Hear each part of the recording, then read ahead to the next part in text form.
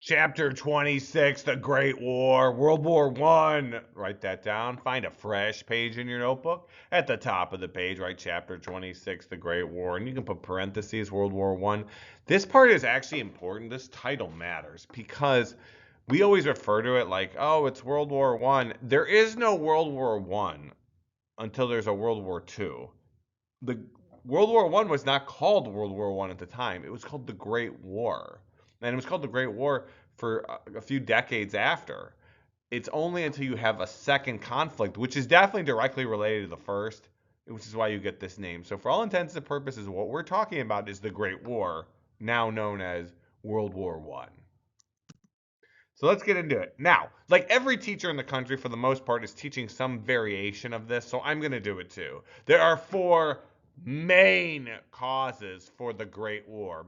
This is an acronym, MAIN. Some teachers teach mania. I'm going to say main causes. Like World War I is going to probably happen no matter what, because there are these circumstances and pressures that are being put, and there are these interests that people have that are all lining up in these countries.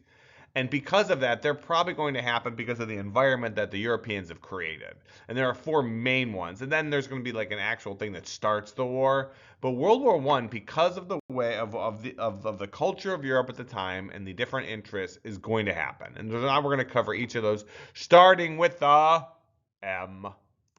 So let's get to it. Oh, there's that main. Look how clever I am.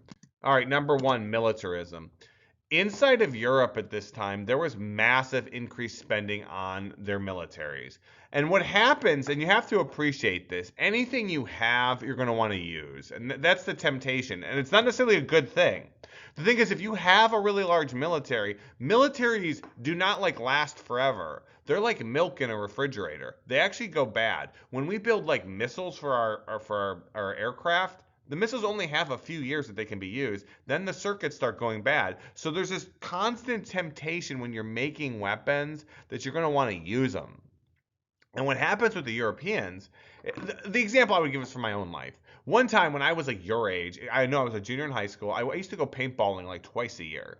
And I remember I always rented a paintball gun. And I remember one day I told my brother Joe, he's my older brother, and I said, I'm going to go buy a paintball gun. And Joe is like, that's stupid. You're going to get arrested. Don't do it. Don't be an idiot. I'm like, geez, harsh. It's like the only thing he said to me the whole year. Harsh, older brother.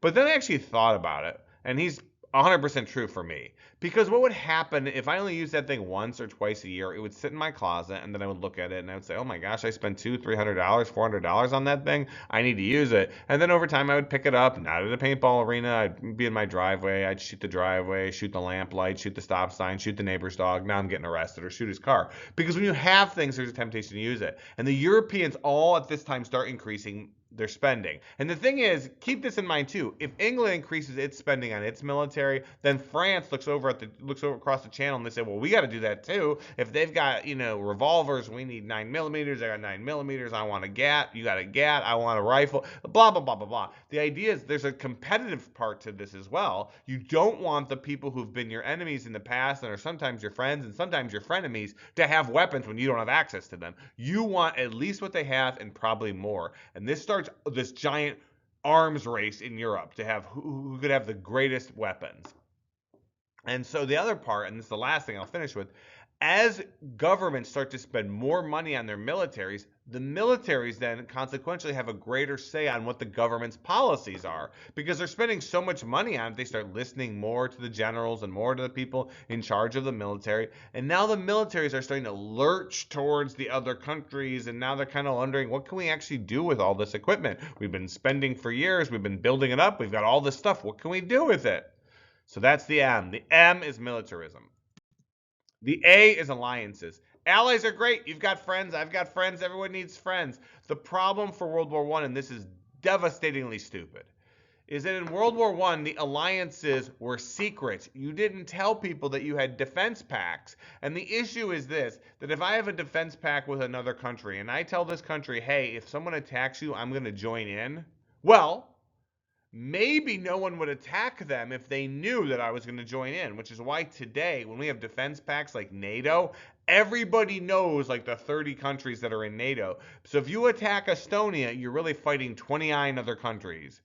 Like, you don't want people to be surprised. So that's really how World War One starts. Like, there's all these little quiet defense pacts, and two little or smaller countries start fighting. All of a sudden, a big country comes in, and then another big country, and now these giant countries are really fighting each other, not the little countries. And it's a way secret defense alliances are a bad idea.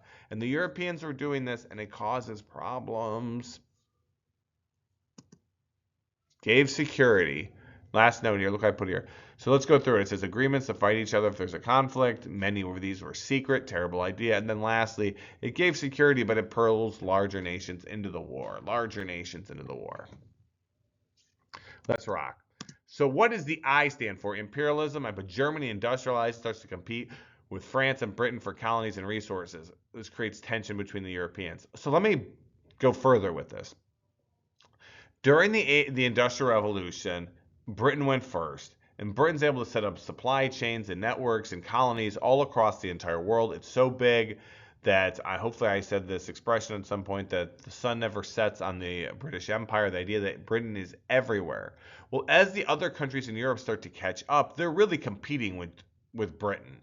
And in particularly Germany, which is an industrious people. And as they start to get in there, they are starting to challenge Britain for supremacy of different parts of the world and accesses to resources and markets.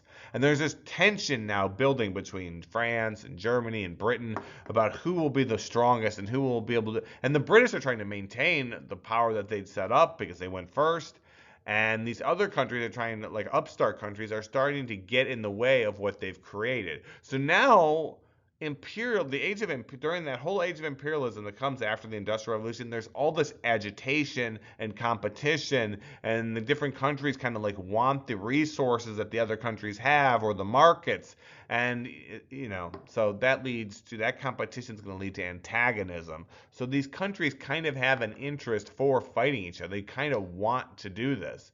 They're kind of lurching. And now once you add the militarism, all the large weapons, and you've got the secret alliances, and all of a sudden you find out you're actually fighting them, it moves you towards war. So the N is nationalism. Nationalism's great, right? Nationalism is a devotion to the interests and culture of one's nation. Mr. Rico's a nationalist. I love our culture. I love, not everything. Obviously, America is not perfect, but I love our country. I think our culture is great. I'm interested in our country. I'm interested in its history, which is why I'm a history teacher for our country. Our country is certainly not perfect. It does lots of things that are not great, but at the same time, I'm a nationalist, right? Now, how can nationalism lead to this massive conflict where all these people die, tens of millions of people? Well, nationalism does lead to competition, right? Because everyone wants to prove that their nation is the best country. The example I would give is, I don't know if any of you are like this, but during the Olympics every year, I don't really care about almost any of the sports of the Olympics.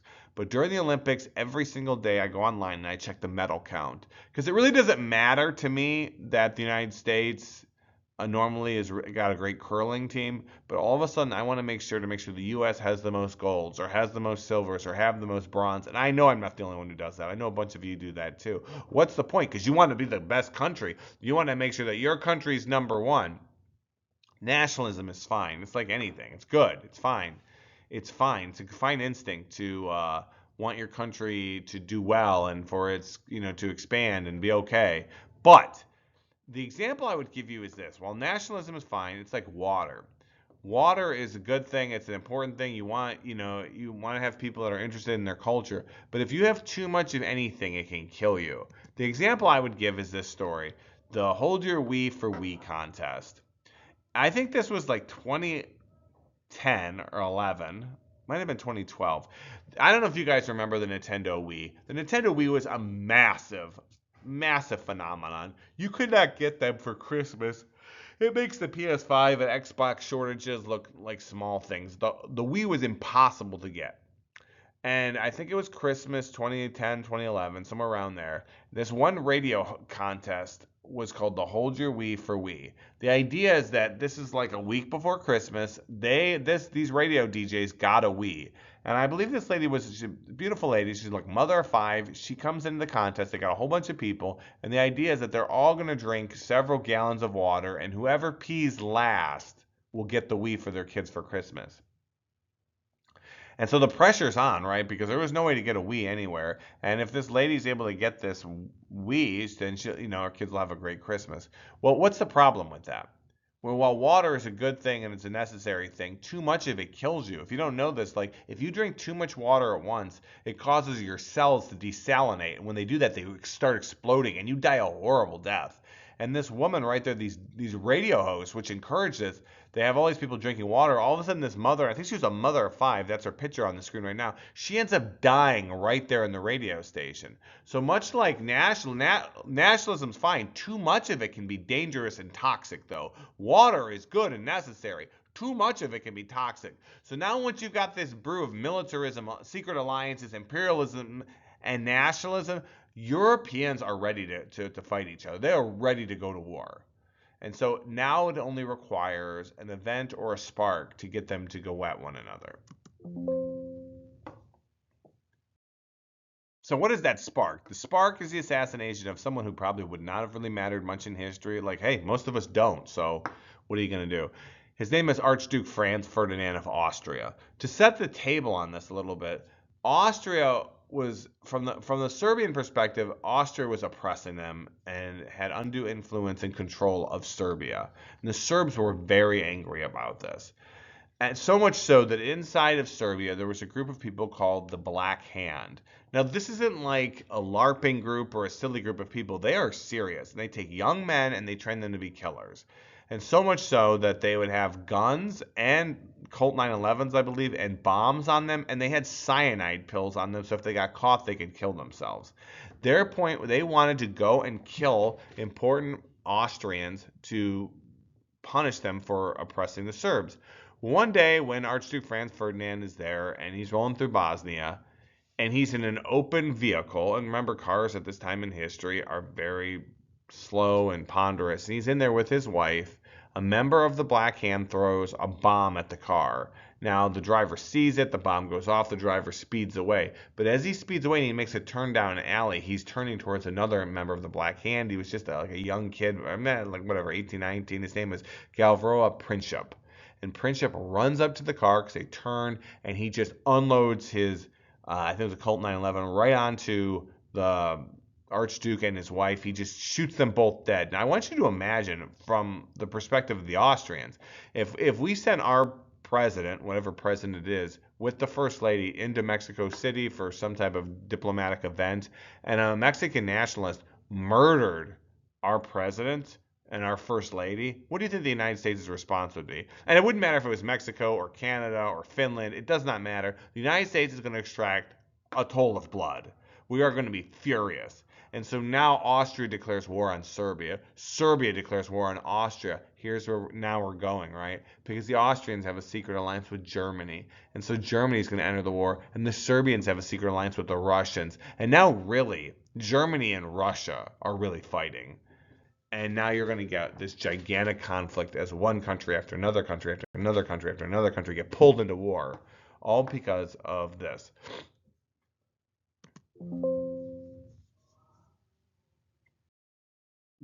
Just to add a little bit more to this, here's the last picture of the Archduke and his wife about to get shot.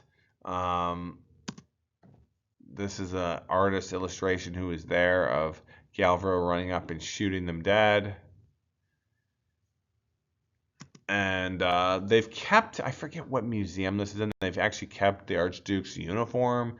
You can actually see that tight pattern in which he just got shot right there through the chest repeatedly. So the way, you don't have to write this, but I do want to show it to you. The way I would help you imagine this is that militarism, alliances, imperialism, and nationalism are like a gunpowder keg. They're like a bomb, right? And so they are this toxic brew that the Europeans are in at this time. And the thing that actually lights it and causes this is the Archduke of Franz Ferdinand.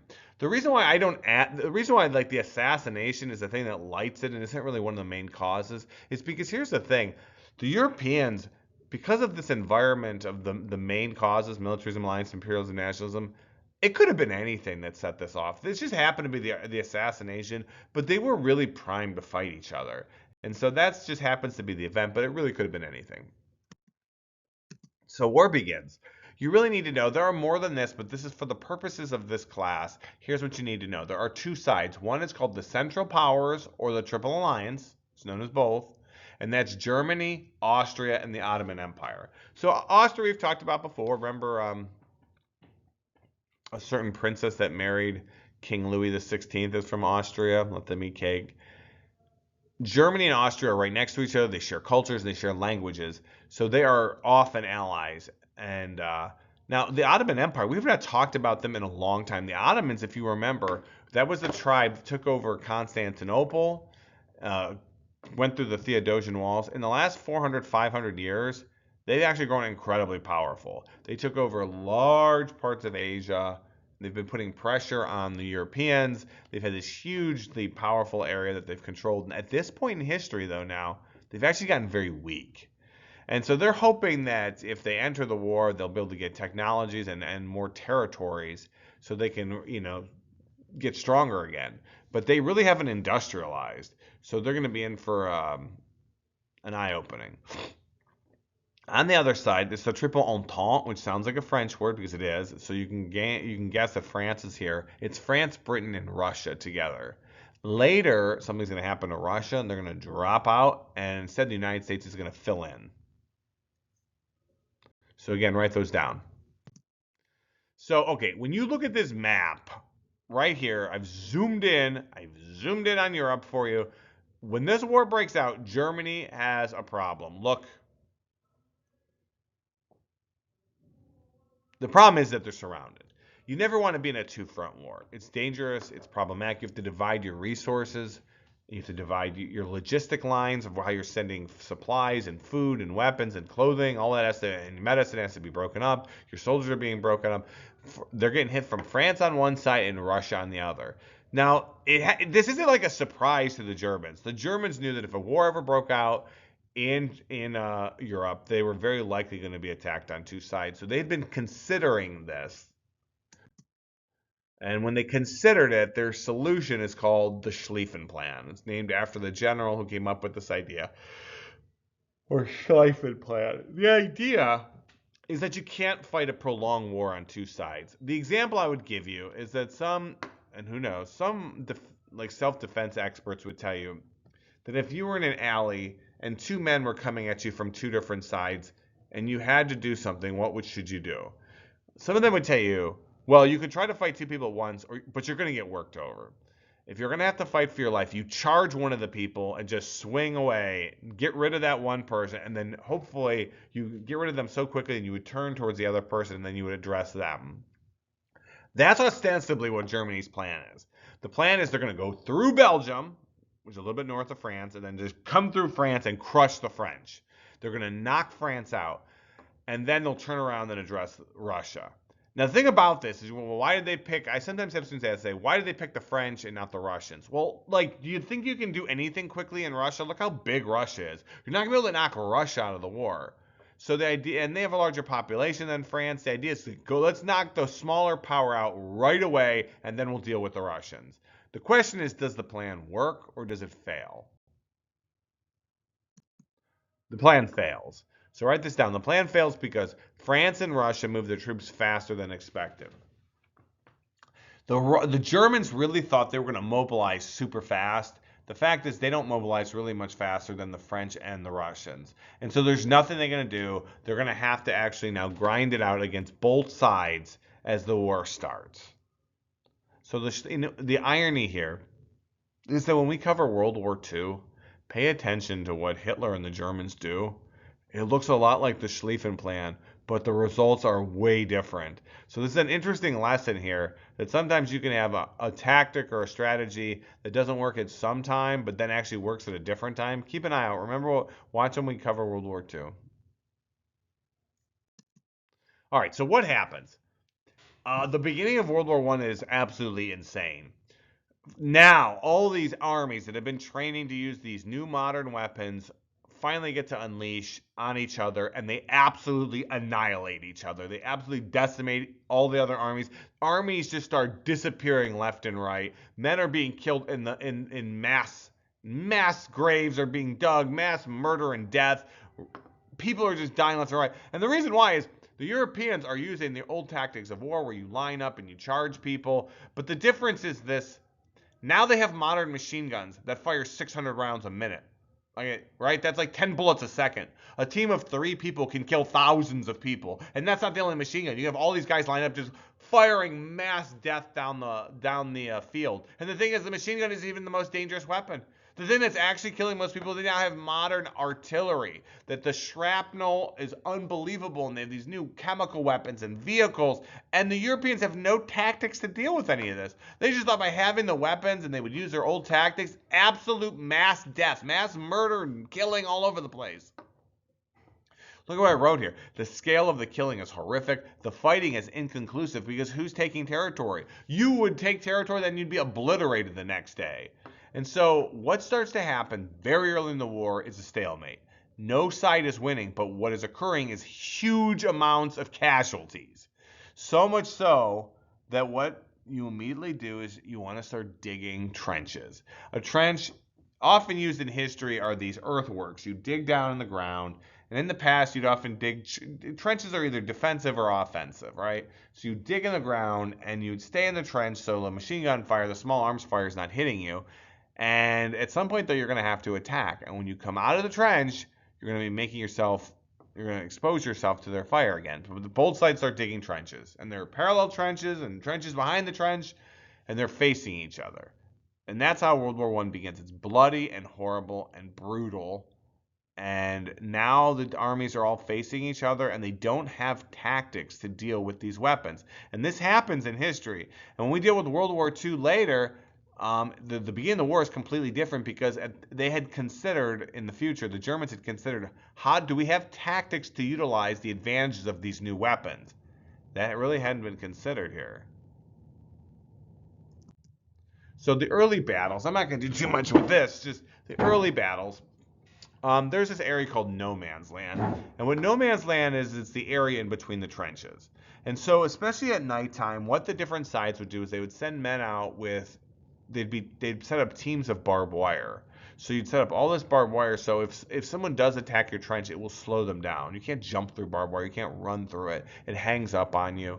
And the idea is that all these mazes of barbed wire would be set up so when someone attacks, you'll be mowing them down with machine guns. There'll be grenades and gas attacks and everything you can imagine hitting the other side. The artillery, again, is the big killer. And it was just to slow people down. That area in between the two trenches starts to be called no man's land because no one's going to survive there. No one can live there. If you're in no man's land, you're there temporarily because if you're in there for a minute too long, you will die. The idea is that you would run through there quickly to get to the other side. And the thing about the early part of the war, even with the trenches, is it still ends up being inconclusive. Because what would happen is eventually you would do this move where they would blow a whistle, you'd go over the top, thousands of your men would spill into no man's land, or hundreds, and you'd run up the enemy side, and sometimes all your guys would be killed on the way, or sometimes, oh, you know what success looks like? You take the trench over, you kill everyone, yay, you've got the trench. Well, the next day they have another trench behind that trench, a parallel trench, and they would attack you and kill you, and they take the trench back. So really, like, the whole start of World War I looks like two sides fighting over nothing because they're not gaining much ground. They're gaining very little ground, and the casualties, the bodies, and the people are coming home with these horrible, disfiguring injuries. And so not much is being accomplished. So you can see some explosions in that picture and that image of no man's land. The other thing about no man's land is always like whenever you see World War I, you always think, oh my gosh, where did they find all these fields to fight in? Yeah, sometimes they find fields. Other times the battles start in forests. But if you look, the weapons now are so powerful, they change the geography, right? Like machine guns have no problem shooting through trees, blowing trees down. So you've got flamethrowers burning the forest down. In no time, whether you were fighting on a field or a forest, it's going to look like a field. It's going to destroy everything. It's, again, we're at the point in history now where even the weapons disfigure the landscape. That's what a trench looks like. They're getting medical assistance. That's a reinforced trench. You can see they put the metal sheeting up to try to keep it. Look at the bottom of the trench. It gives you an indication of what their lives are like. Even in a reinforced trench like that, it's always wet. It's always damp. The one thing that soldiers would always write about and talk about is they were always damp. They're always wet. They're always gross. The men were covered in lice. Like they said that people would look at men coming back and they would look like their bodies were moving. There was so much lice and parasites all over them. So just to go over some of the new weapons of World War I and some of the improved weapons, it does matter. So the weapons on the right here, the artillery and machine gun, I would tell you, are improved weapons. Artillery is way stronger now, just because of the chemical processes and their ability. You have like artillery now that fires up and then blows up in air and shoots shrapnel down on top of people. You've got these machine guns now that fire, multiple hundreds of rounds a minute. So the new weapons are the ones here on the left. Tanks, planes, chemicals, zeppelins, and submarines. These are the new weapons. Tanks are a new weapon. Tanks were not what we imagine tanks being today. Today we have these things called main battle tanks. The purpose of a tank is to help control, take over territory and control it. It's a giant cannon, often 120, 125 millimeter gun up on the front. Powerful weapons that are capable of just about obliterating whatever they are aimed at.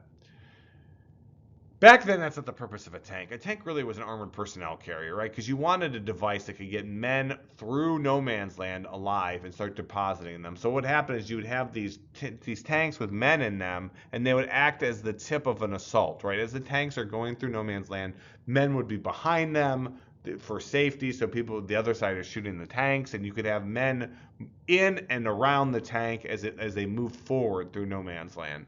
You have planes now. Planes were only invented in the last decade or so here, and now you've got planes being used. Whatever innovations we make, we almost always apply them towards warfare right away.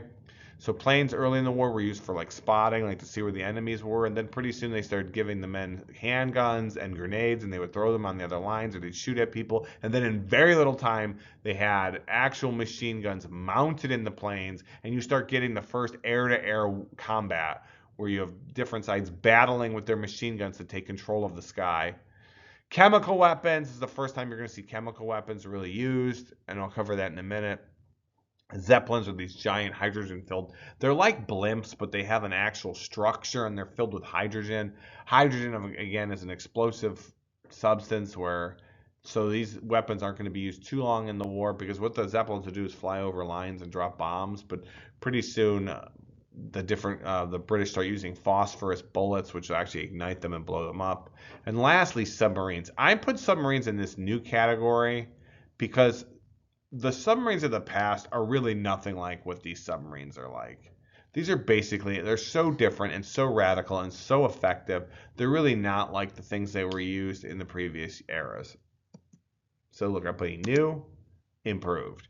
Improved is artillery, the most lethal weapon of the war, machine guns, and these are the new weapons. Again, I would actually say subs at this time. There were earlier versions of subs, but these are so radically different. We're going to say that they're their own weapon. So this is what a tank looked like. Again, you see a lot of legacy side mounted cannons. The idea is it's got that sloped front so it would fall into the trench and go up and over. There it is. There's one that actually got stuck. The tanks are so heavy that when they get stuck, it takes another tank to pull it out. You see some early air fighting between the different sides. This is what a machine gun team looks like. To be honest, it doesn't look much different in World War II. It's usually 3 people, one guy feeding the belt.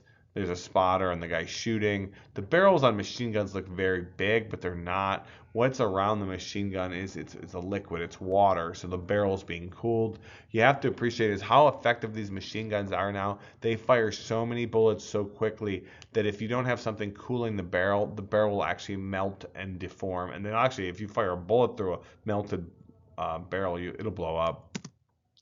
This is what a poison gas attack looks like. I don't know how you view it, like how you imagine when someone says they're going to do poison gas attacks. The way a poison gas attack would work is they'd have sometimes 6, 7, 8,000 tanks, small tanks, and they would line them up over miles. And they would have someone who's checking the weather, and when they believe that the weather is going to blow consistently, the wind is going to blow in that direction, they would give a signal, and all 6, 7,000 men would ignite their tanks at once, and they would create a fog because these different chemical agents are heavier than air, so they would sit on the ground. And the other side would see what would sometimes look like a greenish, yellowish fog creeping on the ground. And early in the war, they didn't know what it was, so which even makes it scarier. When it gets, there's nowhere for you to go, right? Because it's miles wide. You're going to take this. And early in the war too, they didn't often have masks, and sometimes they didn't even have really good masks when they did have them. And so there are horrible stories of all the gas hitting and people are being burned and all the horrors, and they tear other people's masks off. And the thing is, when you see that fog coming, that's not the end of the attack. That's the beginning, because oftentimes the other side would have full chemical weapons suits on, and then they would start hitting you while you're panicking. I'm not going to spend too much time on this, but I do want to give you an idea of how absolutely horrifying chemical weapons are. So the two ones I really want, these are all the weapons used during World War One. The two I really want to focus on are chlorine and mustard gas. So this image, and by the way, if you want to look away, you may. This image is a substance similar to chlorine gas. This was used just a few years ago. Chlorine gas has a principle that when chlorine gas comes in contact with wet things, it makes hydrochloric acid. So think of all the wet spots in your body, your eyes, ears, nose, any place where you have an orifice where it's wet. When the chlorine gas gets to it, it starts making acid and starts to like burn and in some cases melt it. This is not chlorine gas. This is mustard gas. Mustard gas acts as a blistering agent. It's really not much different than if I was just like a torch on you and it burns you. And as it burns you, your body's defense is to create these like big bags and blisters, and the skin will actually slough off. It's horrible and disgusting, and it's just a brutal weapon to use on people. This is an example of a recent case of a blistering agent used on someone, and I'll show you what the World War I corollary looks like. You see those giant blisters all over the body, and the body fills them in with fluid. There's an example of a World War I one where you see the early blister, the skin's cooking, then the blister, and then the blister pops, and you get that horrible scar. And the thing about this, I do want to touch on this point. We're now at a point in history where people are using experimental weapons on other people. So when soldiers survive but they're injured, they're coming home. They're coming home with injuries that no human has ever even seen before. How do you treat a soldier that's coming home with injuries that no humans ever seen? It's very hard, and it's also it's traumatizing, not just for obviously the injured soldier, but then when their families have to take care of them or help them through these horrible catastrophic injuries. You start to see how the culture shifts quite a bit too. You start to see stories like the Phantom of the Opera where people are disfigured because people are trying to process what they're seeing. Yes, yes, yes. Chemical weapons affect horses. There were millions of horses in World War One, and so another issue is even if you have outfits that help soldiers protect themselves from chemicals, do you have a mask for a horse? They eventually started creating those, but horses have different physiology, obviously, than humans. They're much different. So trying to keep their big eyes and nose protected from these different agents is difficult. This is a poison gas attack. So actually you can see the soldiers coming in with the gas. So like you have to survive the gas, and then you have to deal with the men coming in to fight you. Here's a poison gas team. This is a flamethrower. So you start to see a lot of use of flamethrowers in World War One because flamethrower is not oxygen at this time. It's a fluid. So as you're spraying this fluid, it's going down on top. So like if there's a trench a distance away, you can just fire down on top of the people. There you can actually see that very thing where they're firing this fluid down on top of people.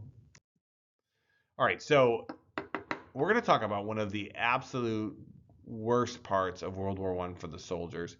If you ever read the stories of the soldiers, they're terrible. But there's one affliction, trench foot. I said when feet of a soldier are sitting in dirty water for long periods of time, they begin to rot.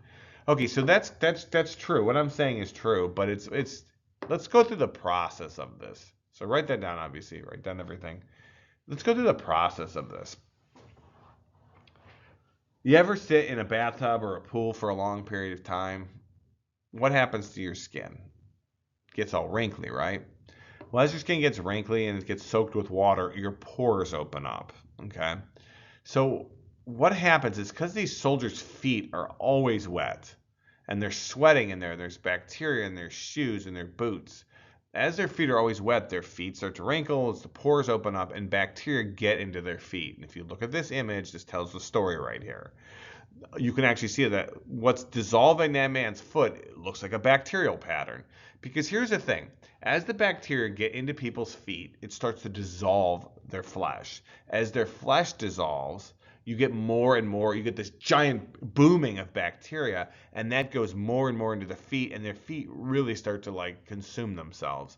And so you don't have to look at these images, but like I notice, myself included, our generation, we love Call of Duty, and there's a real romance of war. War is brutal and horrible, and it is just absolutely a nightmare. And so we don't ever concentrate or ever think about all these horrible things that soldiers go through, like PTSD and this. So I'm going to show you graphically what trench foot looks like. So here is a foot that's received trench foot. You can see that the feet are rotten. You can see the metacarpal, the bone there, like in between the flesh is rotted out, so you can see the bone line. The toes at the top of this foot are black because the meat of the toes is actually becoming rotten. This is an example. This is an HD image of a foot that's necrotizing now, right? The toes, you see the toes that are black, that's just rotten meat. The dark yellow, the skin's liquefying into pus. Where you see purple, purple is horrifying because purple means deep levels of infection, and even the little toe is red. The red, it's a lot of infection, it's inflamed. You'd have to, this probably whole foot's coming off for this person. And they still might not survive. This is the end stage of what we're talking about for trench foot, right? So your feet rot away. Your feet rot away. There you see the foot is totally gone. There's a bone sticking up. This person died from this. And I'm going to show you an HD image of this. This is it. This is what trench foot leads to. You have soldiers whose feet are rotting into their boots. They're in extreme pain. Oh, and by the way, what are they going to do? If you take your boot off and you've got infected feet, the minute your boot comes out, your foot's going to swell. You'll never get your foot back in the boot. You can't walk around the trenches without shoes. There's rats and vermin and dirty water. You will die surely. So they have to keep their boots on while their feet are rotting. This is the reality of war. This is what war looks like. Now, there are other hazards that I want to talk about regarding World War I. Since we're now talking and now we've gotten into like the modern era, we should talk about what modern warfare looks like. So the weapons, as I've talked about a bit previously, these new weapons, these are experimental weapons, new weapons that are hyper lethal, that do injuries that no one's ever seen before. And we're going to talk about more of this in World War II. What happens when you use these weapons that are more powerful, more effective, rounds that move faster and do different types of damage to people, or burning someone alive with a flamethrower, or scarring their body, or hitting them with a chemical weapon. Imagine a part of a chemical weapon where you just breathe in chlorine gas and it scorches your lungs so you can never catch a full breath of air again for the rest of your life because you've so damaged a person's lungs, and they're going to have to like live with that. Two, troops live amid filth. You're living in a disgusting environment. You can read stories of just like the amount of parasites on these guys. Pests are sitting in polluted water. They're always cold. They're always damp.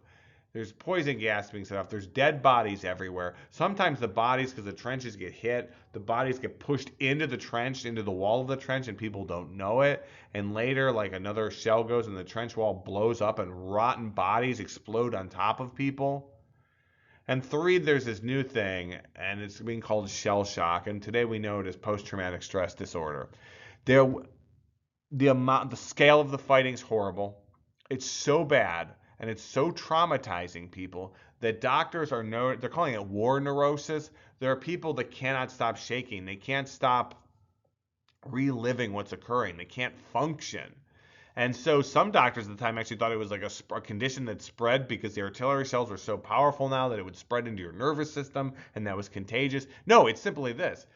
The weapons are so horrible, so terrible, and they're traumatizing millions of people en masse that they're getting post-traumatic stress disorder. And if you want to see, I have a simulation of that connected to the one video on the bottom. Or if you want to see a video on when they were filming what war neurosis looks like, you can look at that too. So really quickly, I have a video. You should watch the video wherever my finger needs to go. You should watch this video. It's actually a commercial on the Christmas trees. I think it's awesome, and so you don't have to write anything. But let me talk to you about it for just a minute, because it's like one of those things that brings your faith in humanity back. These soldiers were all told that the war would be over by Christmas. Every side thought, oh, they were being told our armies are so powerful, we have such strong weapons, and we so believe in this cause that the war will be over by Christmas. The war is not over. It's not even close. No one's even remotely winning. So in the first Christmas, what happens is the trenches are near each other. They're close enough that as the different cultures are singing Christmas carols, they can hear the same Christmas carol but in a different language, and they start singing back and forth, like the Germans to the French, and the French can hear the British, and everyone's singing. And on Christmas Day of 1914, the soldiers come out and they start playing games together. They start playing soccer, they're cutting each other's hair, they're spending time, they start taking photos, like the photo, and they're just men. Actually, a lot of them are just like boys, but young men are just spending time together with people that they were trying to kill the day before. And they spend the day talking and getting to know each other, sometimes sharing gifts with each other, and all on Christmas Day. Now, at the end of the day, they go back to their trenches. When it comes down to the authorities on both sides of the militaries, they're very angry with the men, because the reality is it's really hard to murder or kill someone in another trench if you think that they're a human being. And so this is the only time this happens in World War I, because next year both sides give orders that if your men get out of the trenches on Christmas Day, to shoot them. They do not want that moment where they are seeing them as people. But it's a really cool thing, and like there are photos of it. Some people for a long time thought it wasn't real, that it was like a historical urban legend. No, you can see pictures of it. It occurred. And actually, if you go to Europe today, at one of the battle locations where the Christmas truce played, they actually have a statue of in bronze of young kids playing, or young men playing soccer together. All right, back to the war. What's America doing? From the American perspective, America's like, this isn't our battle. Why would Americans want to fight in World War One? Think about this. Even if you want to fight, and the Europeans have been killing each other for thousands of years, what's America to gain from this? George Washington famously said, do not get involved in foreign entanglements. On his last day in office, his last warning to the country, our first president said, don't get involved in foreign entanglements. And he specifically means Europeans. Don't pick sides. Don't pick sides with them.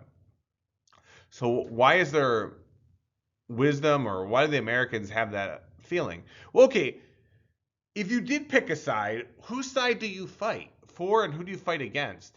America at this point in history was filled with lots of British people, lots of French people, lots of German people, lots of Austrian people, people from Africa, people from all over the world. If you pick the Triple Entente, then you're going to kill American family members on the Austrian and German side. If you pick the Central Powers, you're going to kill British people's family members or French people. Like, there's really no point from the American perspective. So America does what it does from time to time in history, is it isolates. It uses isolationism. It says, like, we're just going to stay neutral. If you want to buy war goods and services from us, sure, we'll sell you things. But we are not participating in this war. This is not our war. You guys have done this before. You've had the Napoleonic Wars, the Franco-Prussian Wars. You fight each other. Go ahead, do it. We're not getting involved. And the war should be considered, like I put it this, a war is considered a European problem that Americans should not have to die to solve. You solve it yourself. The question on whether America should get involved in World War I is a great question. And there are great arguments that America had no business ever getting involved in World War I. There are certainly arguments on the other side. But it's one of those things. So, winning the war, right? Early on in the war, the militaries were volunteer, but very quickly when they start expending most of the generation of young men, they're going to have to start conscripting. And again, conscripting is a fancy word for military draft. They're going to have to start forcing people to fight in the war. All nations very early on start requiring this draft, except the British, and eventually the British will have conscription too. Now, some people do oppose the war on moral grounds. They think fighting this war or all wars is immoral. And so anyone who will not participate in a war because their conscience or they believe it is immoral are called COs or conscientious objectors. Ohio has a population. First of all, there's plenty of people of faith and other groups that will not fight in wars. But Ohio has the Amish community. And Amish people have told our government, we will never fight in wars. We'll pay taxes, we'll do those things, we'll vote. We are never fighting in wars. They are pacifists. They will not fight. And so by definition, Amish folks are conscientious objectors. And there were different groups. There were some socialist groups that said this was an imperialist struggle. And there are other people who said, I don't want to be in this war. It's wrong. And so those are conscientious objectors. Again, conscription is a military draft. All nations were requiring except the British. But eventually they too will conscript soldiers because they're just running out of bodies. So what happens in World War I? How does World War I get so big?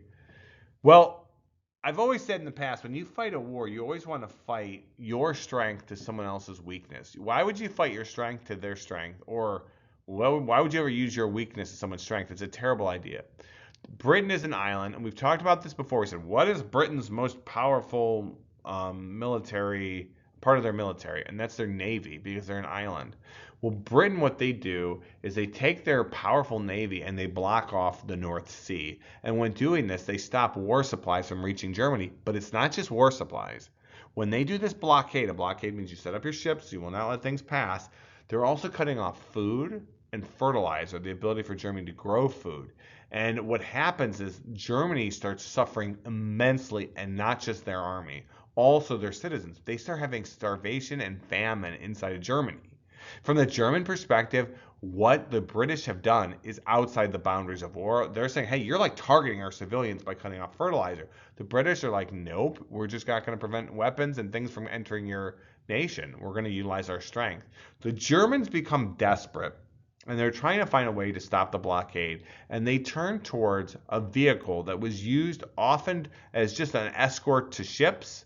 And they're going to start using this vehicle in a unique way. They're going to use this vehicle as a hunter-killer of naval vessels, and that is submarines. The Germans go into total war mode. Submarines previously were used as things to defend surface fleets. But now at this point in history, they're like, go and try to break the blockade. Start using these as hunter-killers. Go out there and destroy whatever you can. And it turns out, when you unleash submarines on surface vessels, they're insanely effective. Submarines firing torpedoes, which are like missiles underwater, hitting a ship underneath its bow is really effective. And the German submarines start doing mass damage to the blockade, and then they start targeting the British. So these are called U-boats, which stands in German for Unterseeboot, which translates to underwater boat, which we call submarines. So this is where you start to get to see the real strong prevalence of submarine warfare, is because Germany needed an answer to what the British were doing to them. Now, I got to go a little further with this, because here's the thing. What the Germans decide to do, they say, hey, look, by blockading us, you're not just targeting our army, you're targeting our civilians. When we can't get food or fertilizer, you're targeting our population. So now we're going to target your population. The Germans do something, and this is really going to lead to pulling the United States into war. They do what's called unrestricted submarine warfare. It would be expected in a normal situation that submarines would be restricted to only fighting ships of war. But no, the Germans start sinking they say, hey, any ship inbound into Europe is fair game because you're aiding their cause. If fertilizer is aiding our war cause, any ship going into Britain or into Ireland or any European port, we're going to sink them all. And they do unrestricted submarine warfare, and as a consequence, they sink a ship called the Lusitania. The reason why the Lusitania is remembered is because although the Lusitania had a few thousand people on board. 128 of them, well, there's more than that, but 128 Americans are on board that end up dying. They sink the Lusitania just a few miles from Ireland, and it is clearly not a war vessel. The submarine captain picks it, knows it's not a war vessel. He sinks it. All these people spill into the water, and Americans die. Now the American public is furious. Now, let's go back to the Germans for a minute. The Germans were warning America.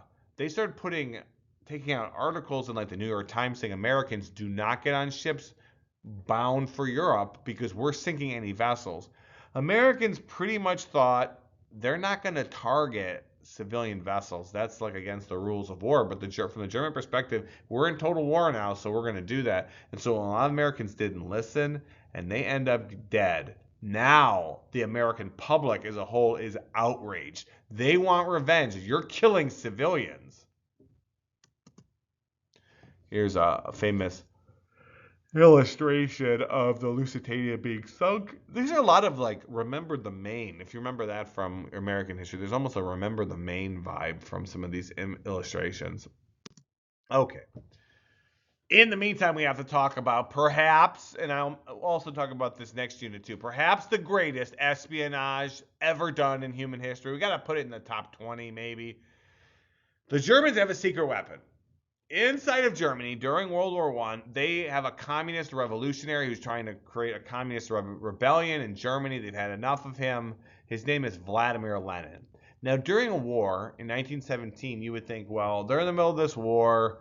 What do you do with these revolutionaries? You normally think, well, we'll just shoot him in the head and throw him in a ditch somewhere. I mean, he's against your war and he's trying to overthrow your government. It's not what the Germans do. The Germans have a unique solution. What they do is they put Lenin on a train with his followers and give them money, and they sneak them into Russia. And they say, "Hey, you want to have a communist revolution? You go, you do you, boo." And with the hopes that it would just cause a distraction or problems for the Russians. That's not what happens.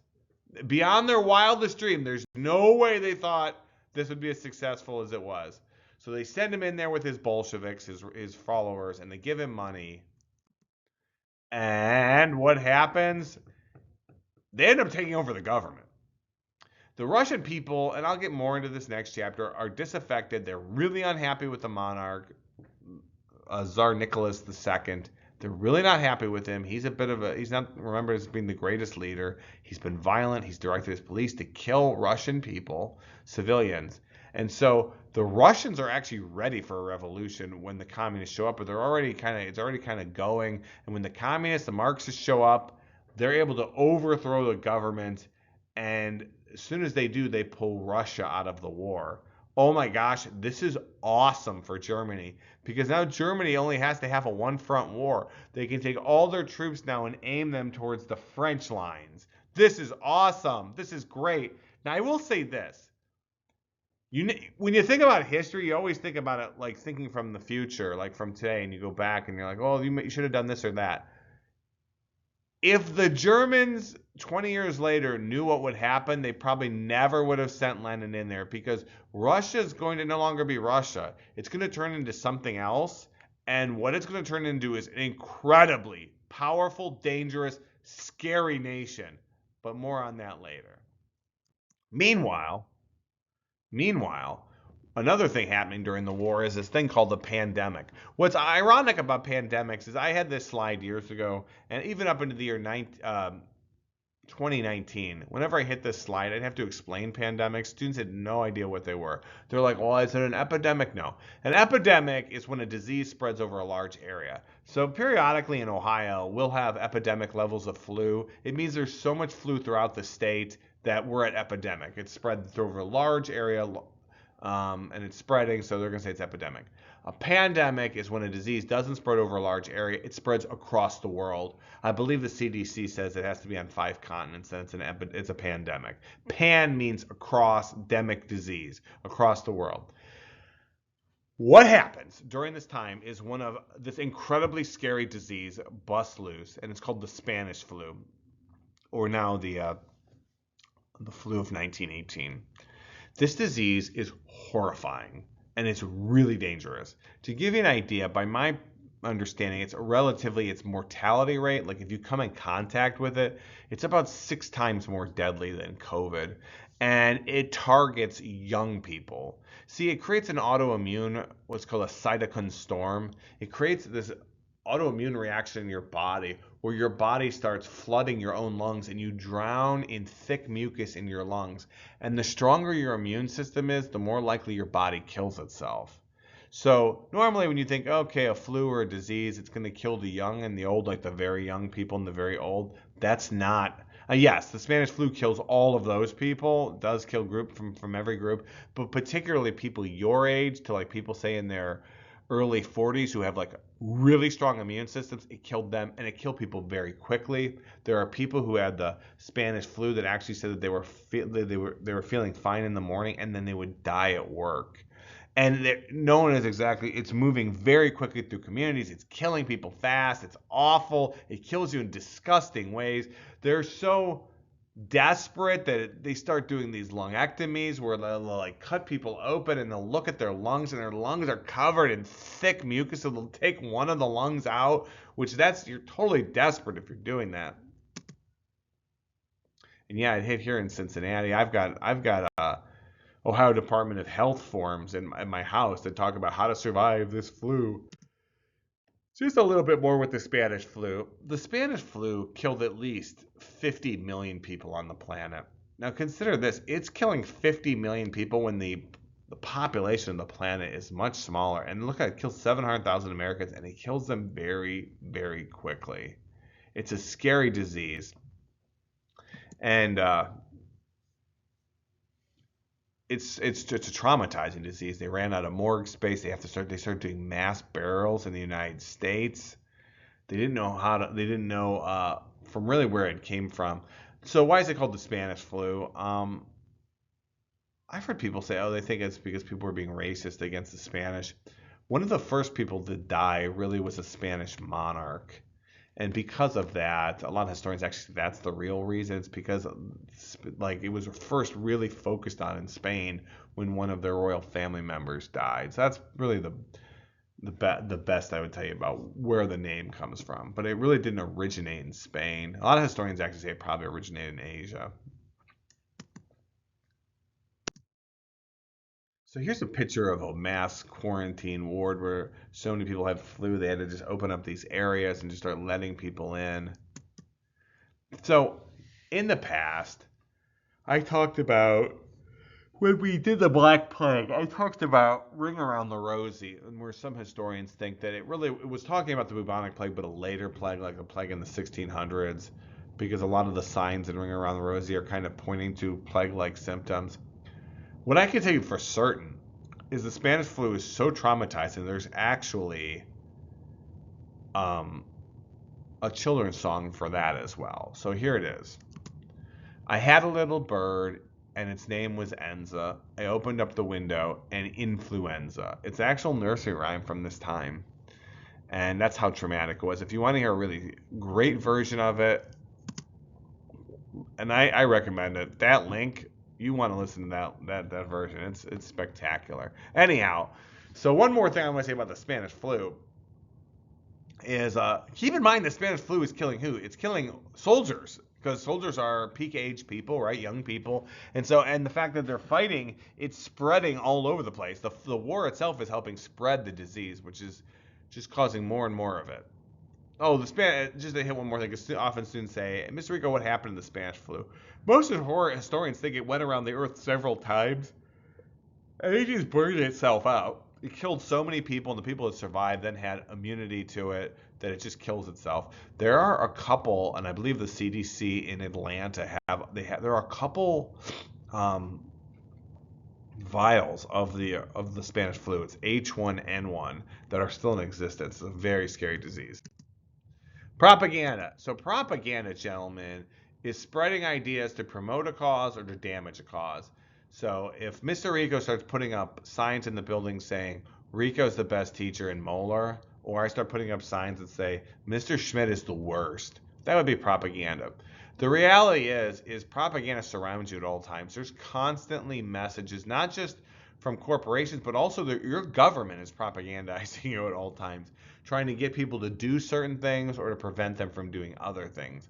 Wartime propaganda is particularly obvious because you need people to act in certain ways, otherwise you may lose the war. So here's a classic World War I propaganda sign that says, "Be ready, join now."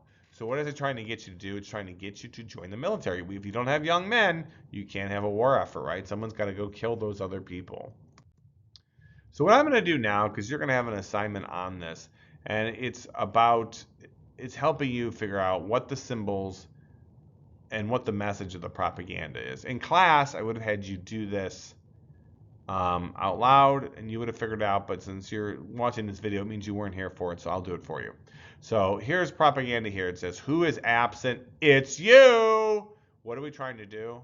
Well, first of all, what's some of the symbols used? There's a burning city in the background, which means if you don't do anything, your city's going to burn, your family's going to die. You want your city to burn? You want your family to die? You want to die? You want your family to die? You want your kids to die? You want your parents to die? Better do something.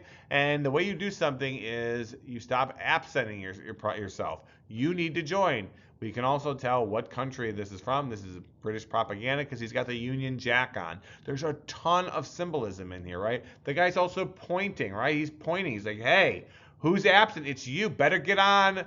You better sign up, buddy, or it's your family that's going to die." Here's another great propaganda. It says, "Hold up your end, War Fund Week, $100 million. So look, what are some of the symbols? There's a bomb exploding. There's a young, pretty woman, and she's looking. The illustrator did it so she looks you in the eye, so she's accusing you. Like, you better hold up your end. There's also a stretcher, right? A stretcher is a community device. One person doesn't do a stretcher. It takes two people. So someone's got to hold the other end of the stretcher up and save lives. And you know who's got to hold up the other end of the stretcher? You do. And how do you hold up the stretcher? You give money, right? Because it says War Fund. $100 million needed. All that symbolism to get you to change your behavior. Halt the Hun.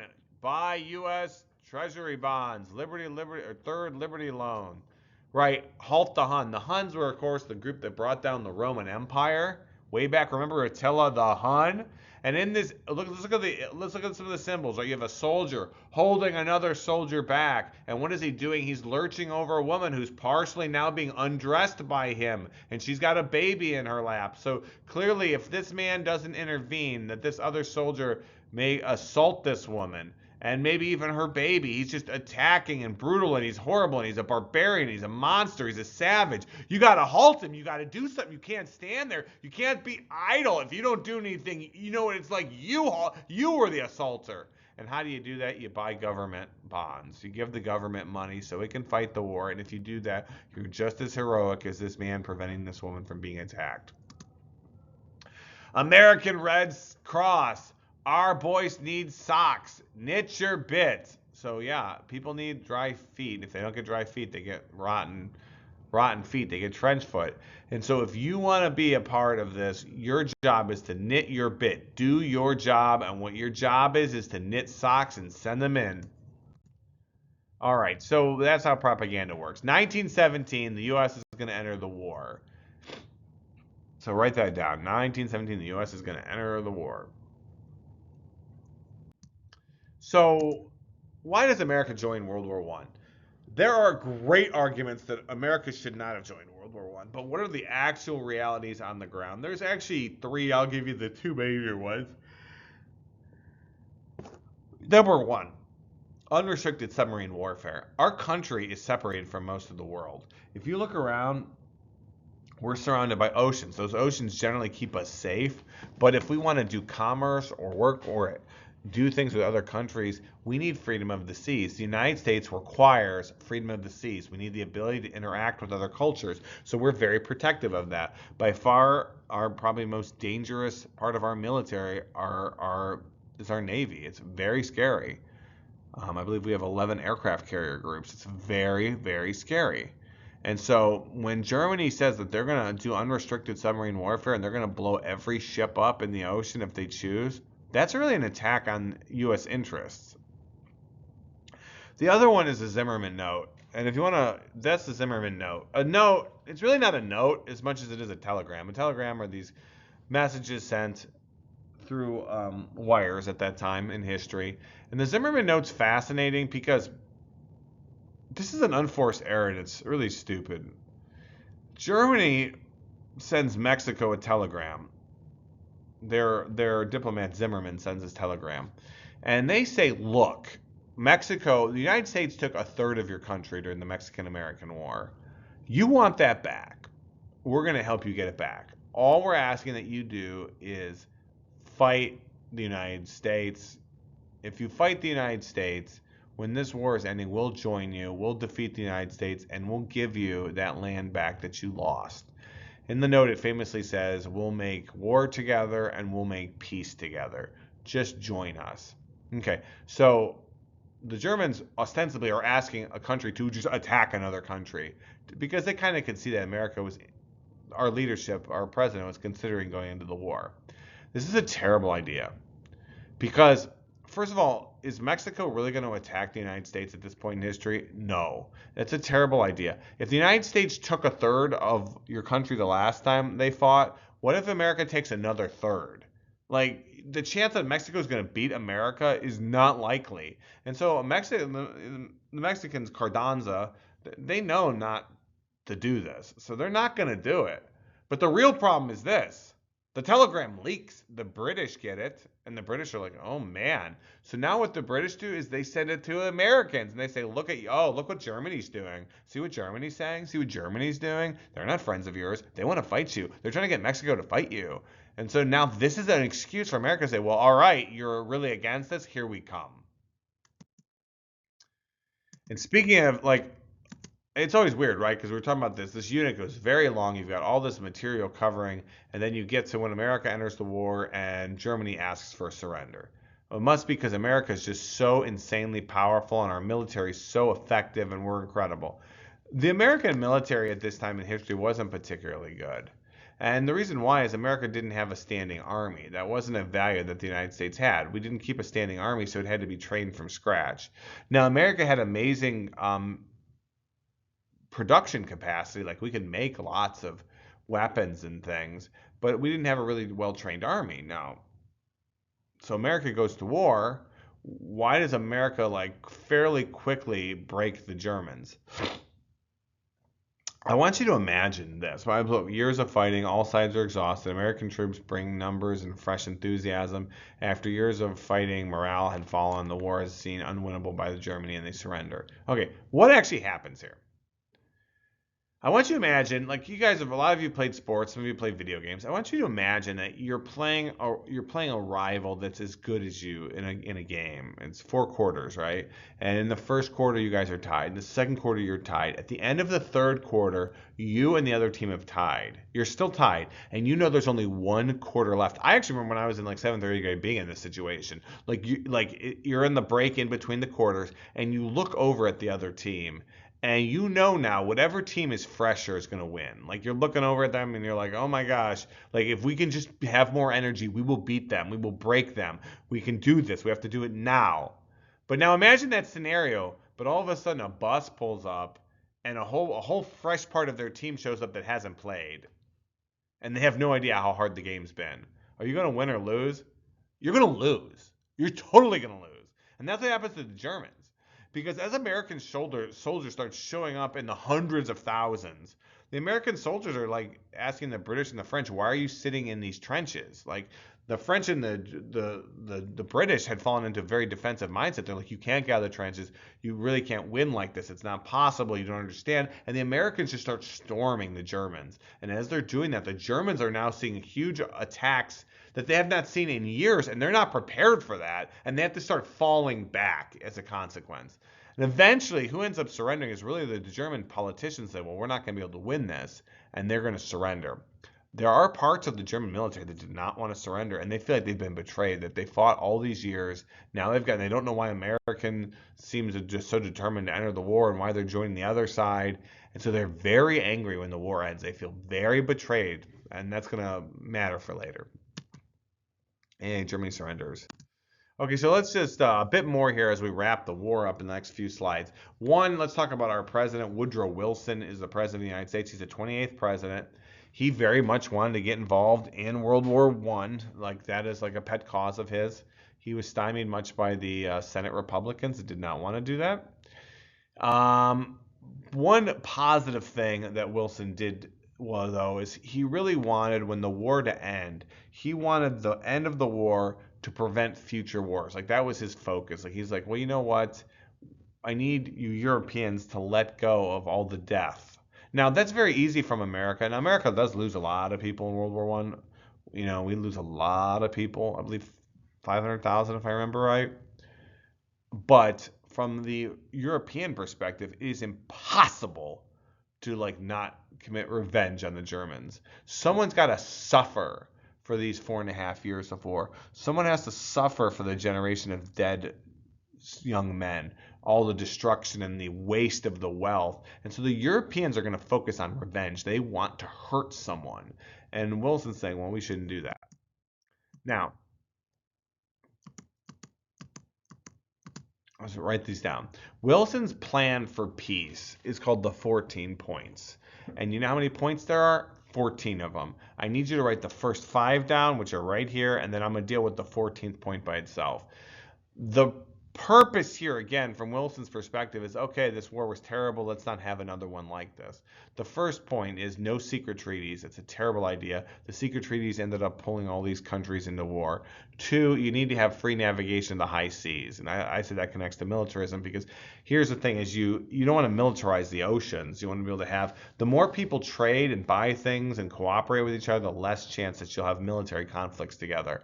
Free trade, the ability to have trade with each other is important. There's an old saying that says, when goods and resources stop going over borders, armies start going over borders. The idea is that it's really hard to fight the people that you do a lot of business with. Reduce weapons, and you're up to like, you Europeans need to like bring the militarism down. You need to reduce the amount of weapons that you have. And the last one is the Europeans say all these Wilson in the 14 points say all these colonies you have overseas just cause competition and antagonism, and that needs to end. So let's reduce that as well. For the most part, the Europeans didn't really care, and they're going to go ahead and ignore all of these. The one point they really like is the 14th point. And the irony on this is so funny. It's one of these historic moments where it's like, this is really strange. So let's get to it. The 14th point is the calling for an international peacekeeping organization, and that organization is called the League of Nations. And the idea of the League of Nations is that it creates a place for the leaders of all the countries of the world to come together and to settle the world's problems without war. War would be taken off the table. Let's work through things diplomatically. And if necessary, if a country was so set on going to war with another country, the rest of the league would beat them up. And so you would be intimidated not to go to war with anyone else. This is the only part of Wilson's plan that the Europeans accept. The Europeans say, you know what, we like the League of Nations. We're going to do the League of Nations. This is the greatest idea ever. But here's the problem. There's actually one country that's really powerful that will not go along with the League of Nations, and that ends up sinking the League of Nations. And the irony is crazy, because what's the one country that will not join the League? It's the United States, the country that's proposing it. But you might not join it either. So let me go ahead and give you the reasons why the Senate never ratifies it. The opposition to the League of Nations. The United States, so yes, Wilson was a huge fan of this, but the Republicans in the Senate say, no, we don't want to do this. And here's their argument, and you might like it or you might hate it. And you kind of know where the consequences is that maybe this would have prevented World War II. It might have, it might not have. If it prevents World War II, that's like, 90 million people that would still be alive? But here's the perspective from the United States people in the Congress. They say, look, we don't want to do this because if we join the League, we're going to be subject to whatever the League wants to do. And we're a democracy, right? We're a republic. We do what our people want to do.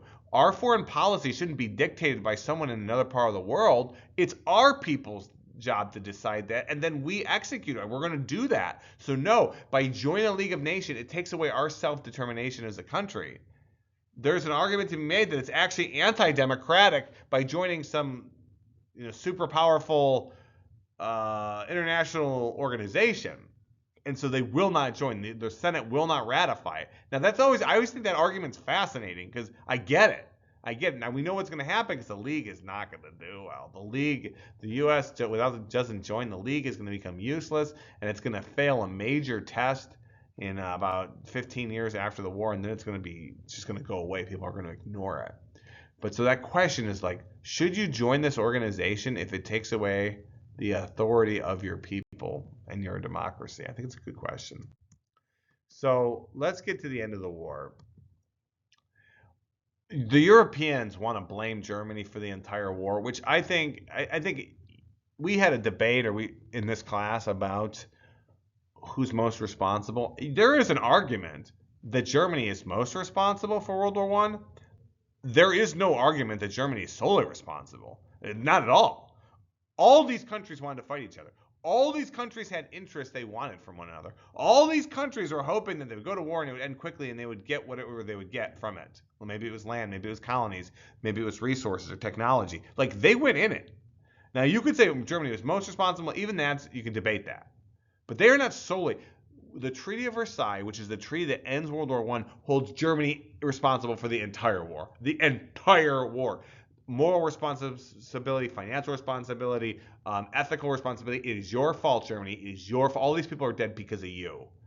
And because of that, here are some of the things that the treaty that ends the war puts on Germany. One, Germany cannot have an army. Do you think Germany is going to be comfortable with that? They're allowed to have like a small defense force, but they're surrounded by countries that hate them because they just had a war, and they're not allowed, from their perspective, they can't defend themselves.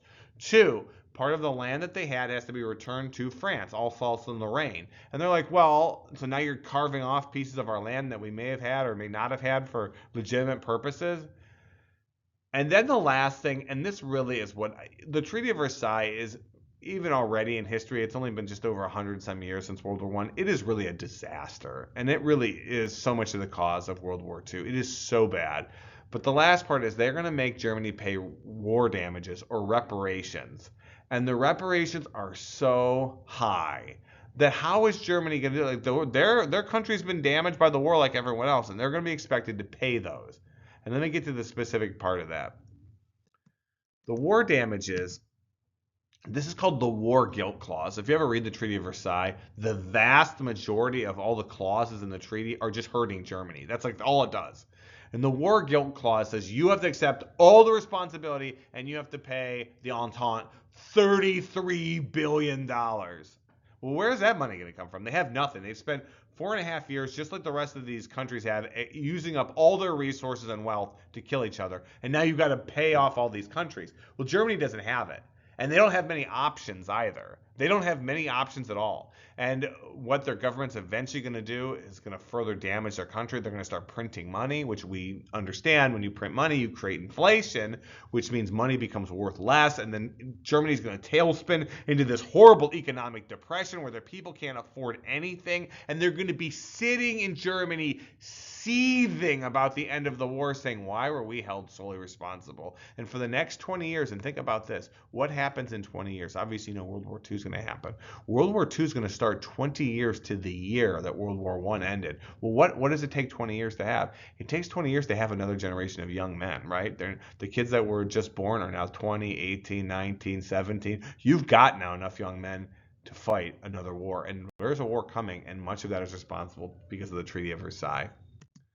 So let's talk about the consequences. We're all done here. So let's just put up and shut up. So what are the consequences of World War I? Destruction, loss of life. You can damage social and political systems. When we think of damage, we think, oh, you can damage an infrastructure, bridges, roads, all those types of things. You can damage people. You can damage populations. So you understand all of that's true, but you can damage social systems. If people don't believe in each other anymore or don't understand like their culture, or they don't understand their government or why their government's doing, and they don't believe in their government, and they don't believe their vote or their government is legitimate, you've damaged that. And all throughout Europe, social systems, obviously loss of life, infrastructure, but social systems and political systems are crushed.